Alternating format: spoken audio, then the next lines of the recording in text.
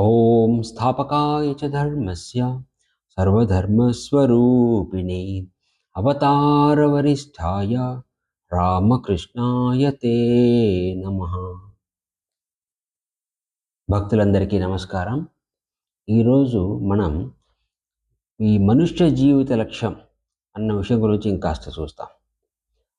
మహాభారతంలో యక్ష యుధిష్ఠిర సంవాదం వస్తుంది. యక్షుడు మరియు యుధిష్ఠిరుడు వీళ్ళిద్దరి మధ్య జరిగినటువంటి సంభాషణ. యుధిష్ఠిరుడు అంటే ధర్మరాజు. యక్షుడు ధర్మరాజును అడుగుతాడు, ఈ ప్రపంచంలో అత్యంత ఆశ్చర్యకరమైన విషయం ఏమిటి అని. దానికి ధర్మరాజు చెప్తాడు, అహని అహని గచ్చంతి జనాః యమాలయం కింతు శేష స్థావరమిచ్చంతి కిమాశ్చర్యమిత పరం. అంటే ప్రతిరోజు ఎందరో జనులు యమాలయం వెళ్తున్నారు, అంటే చనిపోతున్నారు. అయినప్పటికీ మిగతా వారంతా మాత్రం మేము చనిపోకుండా ఇలాగే ఉంటాము అని అనుకుంటా ఉంటారు. ఇంతకంటే ఆశ్చర్యకరమైన విషయం ఏముంది అని చెప్తాడు ధర్మరాజు. బుద్ధుడి జీవితంలో ఒక సంఘటన వస్తుంది. ఒక ఆవిడ, ఆమె యొక్క బిడ్డ, పసిబిడ్డ, 4-5 ఏళ్ళ బిడ్డ చనిపోతాడు. ఆమె ఆ బిడ్డ శవాన్ని బుద్ధుడి దగ్గర తీసుకువచ్చి, నా బిడ్డకు ప్రాణాలు ఇవ్వండి అని ఏడుస్తూ ప్రార్థిస్తుంది. అప్పుడు బుద్ధుడు ఏం చెప్తాడంటే, ప్రాణాలు నేను కాపాడుతాను, బిడ్డ ప్రాణాలు. అయితే దానికి ఏమంటే, నువ్వులు భిక్షం ఎత్తుకొని తీసుకురావాలి. అయితే కండిషన్ ఏమంటే, ఏ ఇంటిలోనైతే నా నువ్వులు నువ్వు భిక్షంగా తీసుకుంటున్నావో ఆ ఇంటిలో ఎవరు చనిపోకుండా ఉండాలి, ఆ కండిషన్. సో ఆమె ఆ విధంగా నువ్వుల కొరకు భిక్షం ఎత్తడానికి వెళ్తుంది. అన్ని చోట్ల ఆమెకు నువ్వులు ఇవ్వడానికి సిద్ధంగా ఉన్నారు, కానీ ఆ ఇంట్లో ఎవరు చనిపోకుండా ఉండడం అనేది మాత్రం అది లభించడం లేదు. ఎవరో ఒకరు చనిపోయారు. అప్పుడు అలా వెళ్ళే కొద్దీ ఆమెకు అర్థమైంది, ఈ మృత్యువు అనేది శరీరం యొక్క స్వభావము అని. అందువల్ల ఆమె ఆ తర్వాత వచ్చి బిడ్డకు తన అంత్యక్రియలు చేసి బుద్ధుడి వద్ద శిష్యురాలుగా చేరింది. భజగోవింద స్తోత్రం చాలా మంచి స్తోత్రం. దానిలో జీవితం యొక్క అశాశ్వతత్వం గురించి చాలా బాగా చెప్పబడింది. అది మంచి వైరాగ్య ప్రబోధకమైన. భజగోవిందం స్తోత్రాన్ని రోజు పారాయణం చేయాలని ఒక స్వామీజీ కూడా చెప్పాడు. అది ఎలా వచ్చిందంటే, ఆదిశంకరాచార్య కాశీలో గంగా స్నానం చేసి తన శిష్యులతో పాటు వెళ్తున్నాడు దారిలో. ఆ దారికి ప్రక్కన, అప్పుడు వెళ్తూ ఉండగా దారికి ప్రక్కన ఒక ముసలి వ్యక్తి వ్యాకరణ సూత్రాలు వల్లి వేస్తున్నాడు. డుక్రుంకరణే అని వ్యాకరణ సూత్రాలు వల్లి వేస్తున్నాడు. అతన్ని చూసి శంకరాచార్యుడికి చాలా కరుణ వచ్చింది. ఇతడు వృద్ధాప్యంలో ఉన్నాడు, సమయం దగ్గర పడింది, ఈ సమయంలో భగవంతుని స్మరించకుండా ఈ విధంగా వ్యాకరణ సూత్రాలు వల్లి వేస్తున్నాడు అని చెప్పి ఆయన ఒక శ్లోకం చెప్పాడు. భజగోవిందం శ్లోకాలు చెప్పాడు. ఫస్ట్ శ్లోకం, భజగోవిందం భజగోవిందం గోవిందం భజ మూఢమతే సంప్రాప్తే సన్నిహితే కాలే నహి నహి రక్షతి డుక్రుంకరణే. అంటే ఓ మూర్ఖుడా, నువ్వు గోవిందుని భజించు. సమయం ఆసన్నమైనప్పుడు నిన్ను ఈ డుక్రుంకరణ, అంటే ఈ వ్యాకరణ సూత్రాలు ఏవి నిన్ను కాపాడలేవు అని అర్థం. ఇంకో శ్లోకం మన జీవితం యొక్క అశాశ్వతత్వం గురించి చెప్పబడుతుంది. నళినీదలగత జలమతి తరళం తద్వజ్జీవత మతిశయ చపలం విధి వ్యాధి అభిమానగ్రస్తం లోకం శోకహతం చ సమస్తం. అంటే ఈ తామరాకు మీద ఉన్నటువంటి నీటి బిందువు అది ఎంతటి అస్థిరమో ఈ జీవితం కూడా అలాగే అస్థిరమైనది. ఆ తామరాకు మీద ఉన్నటువంటి నీటి బిందువు కాస్త గాలి వీస్తే చాలు అది పడిపోతుంది. అదేవిధంగా జీవితం కూడా చాలా చంచలమైనది. ఈ ప్రపంచమంతా వ్యాధి, అభిమానము మరియు శోకము వీటితో నిండి ఉన్నది. దినయామిన్యౌ సాయం ప్రాతః శిశిరవసంతో పునరాయాతః కాలః క్రీడతి గచ్చతి ఆయుః తదపి న ముంచతి ఆశావాయు. అంటే రాత్రింబవళ్ళు సూర్యోదయము మరియు సూర్యాస్తమము ఇవన్నీ మరియు శిశిర ఋతువు, వసంత ఋతువు ఇవన్నీ వస్తున్నాయి, పోతున్నాయి. కాల క్రీడతి గచ్చతి ఆయుః. కాలము ఆట ఆడుకుంటా ఉంది. ఆయువు తరిగిపోతావు. తదపిన ముంచతి ఆశావాయు. అయినప్పటికీ నీ ఆశ అనేది మాత్రం తీరకుండా అలాగే ఉంటుంది అని చెప్పారు. ఈ విధంగా ఇంకా మంచి మంచి శ్లోకాలు ఉన్నాయి వచగోవిందంలో. దేవి మహాత్మ్యంలో చెప్పబడింది. తయా సమ్మోహ్యతే జగత్ అంటే ఆ మహామాయ ద్వారా ఈ జగత్ అంతా మోహింప చేయబడి ఉంది. ఇంకో శ్లోకం వస్తుంది. జ్ఞానినామపి చేతాంసి దేవీ భగవతీ హి సా బలాదాకృష్య మోహాయ మహామాయ ప్రయచ్చతి. అంటే ఈ మహామాయ అనేది ఈ జ్ఞానుల యొక్క మనస్సులను కూడా చాలా బలంగా ఆకర్షించి వేసి వాళ్ళను మోహంలో పడవేస్తుంది. మహామాయ యొక్క ప్రభావం అలా ఉంటుంది. మహాపురుష్ మహారాజ్ చెప్పాడు, ఈ మహామాయ అనేది ఎంతటి పెద్ద మాయను కల్పించి ఉంది. ఈ ప్రపంచంలో నాది అన్న వస్తువు ఏది కూడా మన యొక్క వస్తువులు ఎంతో మనం సేకరించి పెడతాం. ఈ ఒక్క వస్తువు కూడా ఏది మనతో పాటు మృత్యువు తర్వాత మనతో పాటు రాదు. అయినప్పటికీ జనులు ఈ విషయాన్ని అర్థం చేసుకోలేకుండా ఉన్నారు. ఈ జగత్తు యొక్క అశాశ్వతత్వము, జీవితం యొక్క అశాశ్వతత్వము ఇది చాలా ప్రస్ఫుటంగా ఉన్నప్పటికీ జనులకు మాత్రం ఇది అర్థం కాకుండా, దీనికి అనుకోలేకుండా ఉన్నారు. ఇదే మాయా అని చెప్పాడు ఆయన మహాపురుషుడు. ఈ ఆసుపత్రుల్లో పనిచేసే వాళ్ళు, డాక్టర్లు, నర్సులు, వాళ్ళు ప్రతిరోజు మృత్యువును చూస్తున్నారు. వ్యాధులతో ఎంతో కష్టాలు పడుతున్న వాళ్ళని చూస్తున్నారు. అయినప్పటికీ వాళ్లకు ఈ జీవితం యొక్క అశాశ్వతత్వము వీటి గురించి వాళ్ళకు పెద్దగా ఐడియా రాదనే చెప్పాలి. అమ్మ శారదాదేవి చెప్పింది, మనకంటూ బంధువులు ఎవరు లేకున్నా సరే అటువంటి వ్యక్తి ఒక పిల్లిని దగ్గర పెట్టుకుని దాన్ని భద్రపరిచి పెట్టుకుని దాని పట్ల దాని పట్ల ఆసక్తి కలిగేలా చేస్తుంది మహామాయ. ఇది మహామాయ యొక్క ఆట ఈ విధంగా ఉంటుంది. ఆమె ఇంకా చెప్పింది, అమ్మ ఈ ప్రాపంచిక సంబంధాలన్నీ అశాశ్వతమైనవి. అవన్నీ ఈరోజు ఉంటే మరుసటి రోజు లేవు. నీ యొక్క నిజమైన సంబంధం భగవంతుడితోటే అని.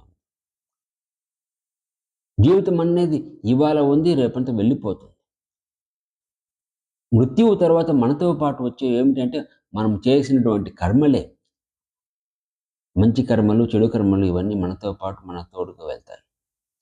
శరీరం ఎంతటి బలవత్తరంగా ఉన్నప్పటికీ, ఎంతో అందంగా ఉన్నప్పటికీ ఆఖరికి అది మాత్రం దాని దహనం తర్వాత మిగిలేది ఏమిటి?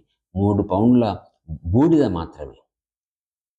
అయినప్పటికీ జనులు ఈ శరీరం పట్ల ఎంతో ఆసక్తి కలిగి ఉంటారు. భగవంతుడి మహామాయ ఆ విధంగా ఉంది అమ్మ చెప్పింది. రామకృష్ణులు చెప్తారు, ఎవరో ఒక వ్యక్తి 50 ఏళ్ల వయసులో ఉన్నాడు, అయినప్పటికీ అతడు పేకాట ఆడుతూ ఉన్నాడు అని. లేకుంటే నాకు టైం పాస్ కాదు, ఏం చేస్తాను అంటాడు అతడు ఆ వ్యక్తి. రామకృష్ణులు చెప్తారు, ఈ బద్ధజీవులు ఈ ఆఖరి క్షణాలలో కూడా ప్రాపంచిక విషయాల గురించే మాట్లాడుతూ ఉంటారు. ఈ ప్రపంచం అనేది అశాశ్వతమైనది. మనం ఎల్లప్పుడూ మృత్యువు గురించి ఆలోచన చేస్తూ ఉండాలి అని చెప్పి. ఇది ఎలాంటిదంటే, పిల్లి ఎలుక మీదకి ఎగిరి దుముకడానికి ముందు దాని పట్ల ఎంతో ప్రీతిగా చూస్తూ ఉంటుంది. అదేవిధంగా మృత్యువు కూడా మన పట్ల ప్రీతిగా చూస్తూ ఉంటుంది. ఎప్పుడో ఒకరోజు కబలించి వేస్తుంది అన్న విధంగా చూస్తూ ఉంటుంది. సీరతే ఇది శరీరం అంటారు. అంటే ఈ శరీరం సీరతే ఇది శరీరం అంటే క్షీణించుకుంటూ పోయే శరీరం ఇది. శరీరము క్షీణించుకుంటూ పోతూ ఉంది. మొహమంతా ముడతలు పడి ఉంటుంది. తల అంతా నరిసిపోయి ఉంటుంది. శరీరం చాలా శిథిలమైపోతుంటుంది. అయినప్పటికీ కోరికలు మాత్రము ఇంకా యువక తక్కువ వయసు తరుణం వయసులోనే ఉంటాయి కోరికలు కూడా. మంచి శ్లోకం వస్తుంది. సుప్తేరుత్థాయ సుప్త్యంతం బ్రహ్మైక్యం ప్రవిచింత్యతాం నాతిదూరే నృణామృత్యు ఇది వేదాంత డిండిమ. ఇది వేదాంత డిండిమ. ఏమిటది? సుప్తేరుత్థాయ సుప్త్యంతం బ్రహ్మైక్యం ప్రవిచింత్యతాం.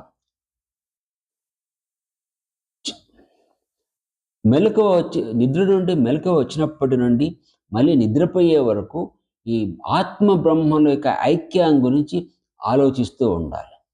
నాతి దూరే నృణా మృత్యు ఇది వేదాంతుడిని. మనిషికి మృత్యువు అనేది ఎక్కువ దూరంలో లేదు, అంటే దగ్గరలోనే ఉంది. ఇది వేదాంత డిండిమము అని చెప్పబడింది. సుభాషితాల్లో కూడా చెప్పబడింది. ఈ వృద్ధాప్యం అనేది ఒక పులిలాగా మన మీదకి ఎగరడానికి సిద్ధంగా ఉంది. ఈ జబ్బులు, రోగాలు ఇవి శరీరాన్ని శత్రువుల వల్లే కొట్టడానికి సిద్ధంగా ఉన్నాయి. ఆయుష్ అనేది చిల్లుపడ్డ కుండలోని నీరు వాటి యొక్క లెవెల్ తరిగిపోతున్నట్లు ఆయుష్ కూడా తరిగిపోతూ ఉంటుంది. అయినప్పటికీ జనులు మాత్రము ఈ దుష్కర్మల నుండి విరమించకుండా ఉంటారు, దుష్కర్మలు చేస్తూనే ఉంటారు. అక్రూరుడు ధృతరాష్ట్రుడికి చెప్తాడు, ఓ రాజా, ఈ ప్రపంచంలో మనకు ఆఖరికి ఈ శరీరంతో కూడా మనకు శాశ్వతమైనటువంటి సంబంధం లేదు. మరి అలాంటప్పుడు భార్య, బిడ్డలు, సంపద వాటితోటి మనకు శాశ్వతమైన సంబంధం ఎలా కలిగి ఉంటుంది అని చెప్తాడు. సపోజ్ మన యొక్క జీవితాన్ని సక్రమంగా వినియోగిస్తే, భగవత్ సాక్షాత్కారం కొరకు సాధన భజనలు చేసి సక్రమంగా వినియోగిస్తే, అప్పుడు ఆఖరి క్షణాల్లో మృత్యు వచ్చినా అంతటి దుఃఖం ఏమీ ఉండదని చెప్పుకోవచ్చు. మనకు వీలైనంత వరకు మనం ప్రయత్నం చేశాం మన జీవిత లక్ష్యం కొరకు, ఆ యొక్క తృప్తి ఉంటుంది. అయితే అలా సరైన విధంగా వినియోగించకుండా పోతే జీవితాన్ని, అప్పుడు ఏమవుతుంది, వృద్ధాప్యంలో కబీర్ యొక్క పాట ఒకటి ఉంది, దాన్ని మనసు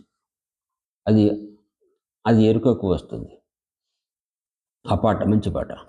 బీత్ గయే దిన్ భజన్ బినా రే, బీత్ గయే దిన్ భజన్ బినా రే, బీత్ గయే దిన్ భజన్ బినా రే, బాल अवस्था खेल गवाई, जब जौबन तब मान घना रे, बीत गए दिन भजन बिना रे, बीत गए दिन भजन बिना रे, लाहे कारण मूल गवायो, अजहु न गई मान मन की तृष्णा रे, बीत गए दिन भजन बिना रे, बीत गए दिन भजन बिना रे, कहत कबीर सुनो भाई साधो, पार उतर गए संत जना रे, बीत गए दिन भजन बिना रे, बीत गए दिन భజన బినారే. వాటి అర్థం ఏమంటే, బీతుగయ్యేదిన్ భజన బినారే అంటే భజన చేయకుండా, అంటే సాధనాలు చేయకుండానే, భజనలు చేయకుండానే రోజులు గడిచిపోయినాయి. బాలు అవస్థ ఖేలు గవాయి, బాల్యావస్థలో ఆటపాటల్లో గడిచిపోయేవి. జబు జోబన్ తబు మాన్ ఘనారే, యవ్వనంలో ఉన్నప్పుడు అహంకారం చాలా దృఢంగా ఉండినది. లాహే కారణ మూలు గవాయో అజుహనగై మణికి తృష్ణారే, ఈ కోరికలు అనేటివి అపరిమితంగా ఉన్నాయి, అవి తీరనూ లేదు. వాటి కారణంగా జీవితం యొక్క ఉన్నతమైన లక్ష్యం గురించి ఎరుకకు రాలేదు. కహత్ కబీర్ సునోభాయి సాధో, పారు ఉతరగయ్యే సంత జనార్. ఈ కబీర్ చెప్తున్నాడు, ఓ సాధువులారా, ఓ మిత్రులారా వినండి. ఏమిటి? పారు ఉతరగయ్యే సంతు జనం. ఈ సంతు జనులు ఈ భవసాగరాన్ని దాటి అవతలికి వెళ్ళిపోయారు అని చెప్పి. బీతుగయే దిన్ భజన్ బినారే, బీతుగని. సో భజన చేయకుండానే రోజులు గడిచిపోయాయి అన్న ఆ రిగ్రెట్ లేకుండా ఉండడానికి మనం మన జీవితాల్లో సాధన భజనలు సక్రమంగా వినియోగించుకోవాలి. తులసీదాస్ చెప్పాడు, నువ్వు ఈ ప్రపంచంలోనికి వచ్చినప్పుడు, అంటే నువ్వు జన్మించినప్పుడు నువ్వు ఏడ్చావు, మిగతా అందరూ సంతోషించారు. నువ్వు జీవితాన్ని బాగా చక్కగా జీవించు. అది ఎలాగంటే, నువ్వు చనిపోయి వెళ్ళిపోయేటప్పుడు నువ్వు నవ్వుతూ వెళ్ళిపోతావు, మిగతా వాళ్ళంతా ఏడుస్తూ ఉంటారు. ఆ విధంగా నువ్వు నీ జీవితాన్ని జీవించు అని. ఉన్నత లక్ష్యం కొరకు లేని జీవనం, భగవత్ సాక్షాత్కారం కొరకు ప్రయత్నించిన జీవనం అది ఎలాంటిదంటే, ఒక పురుగు ఉంటుంది. దాని పని ఏమంటే పుట్టడము, చనిపోవడం, పుట్టడం, చనిపోవడం, అదే దానికి, వేరే ఏం లేదు. సో ఆ విధంగా మన ఉన్నత లక్ష్యం కొరకు వినియోగించిన జీవితం కూడా అటువంటిదే అని చెప్తారు. స్వామీజీ కంప్లీట్ వర్స్లో కోట్ చేస్తాడు ఒక చోట, అజర అమరవత్ ప్రాజ్ఞ విద్యామర్థం చ చింతయేత్ గృహీత ఇవ కేశేషు మృత్యున ధర్మం ఆచరేత్. అంటే మనము విద్య కొరకు, ధనం కొరకు ప్రయత్నం చేసేటప్పుడు మనం ఎప్పటికీ చనిపోము, ఇట్లే ఉంటాం అన్నట్టు ఆ విధమైన భావనతో నువ్వు ప్రయత్నం చెయ్యి అని. అంటే అర్థం విద్య కొరకు, ధనం కొరకు. మరియు ధర్మం ఆచరించేటప్పుడు ఎలా చేయాలంటే, మృత్యువు మన యొక్క తన చేతిలో మన జుట్టును పట్టుకొని ఉన్నట్లు అటువంటి తీవ్రమైన భావముతో ధర్మాన్ని ఆచరించు అని చెప్తారు. ఇంకోటి ఏమంటే, ఏక ఏవ సుహృద్ధర్మ నిధనేప్యనుయాతియ. అంటే మృత్యువు తర్వాత కూడా మనతోటి వచ్చేది ఏమిటంటే, మన యొక్క ధర్మము, అంటే మన యొక్క కర్మలు. మన జీవితంలో మన యొక్క స్నేహితుడు అంటే ఈ ధర్మమే. స్నేహితుడు మరియు హితకరమైనది ఈ ధర్మమే. మిగతావన్నీ శరీరంతో పాటు నశించిపోతాయి అని చెప్పబడింది. ఈ విషయం గురించి తర్వాత కాస్త చూస్తాము. ఓం జననీం శారదాం దేవి రామకృష్ణం జగద్గురుం పాదపద్మే తయో శ్రిత్వా ప్రణమామి ముహుర్ముహుః.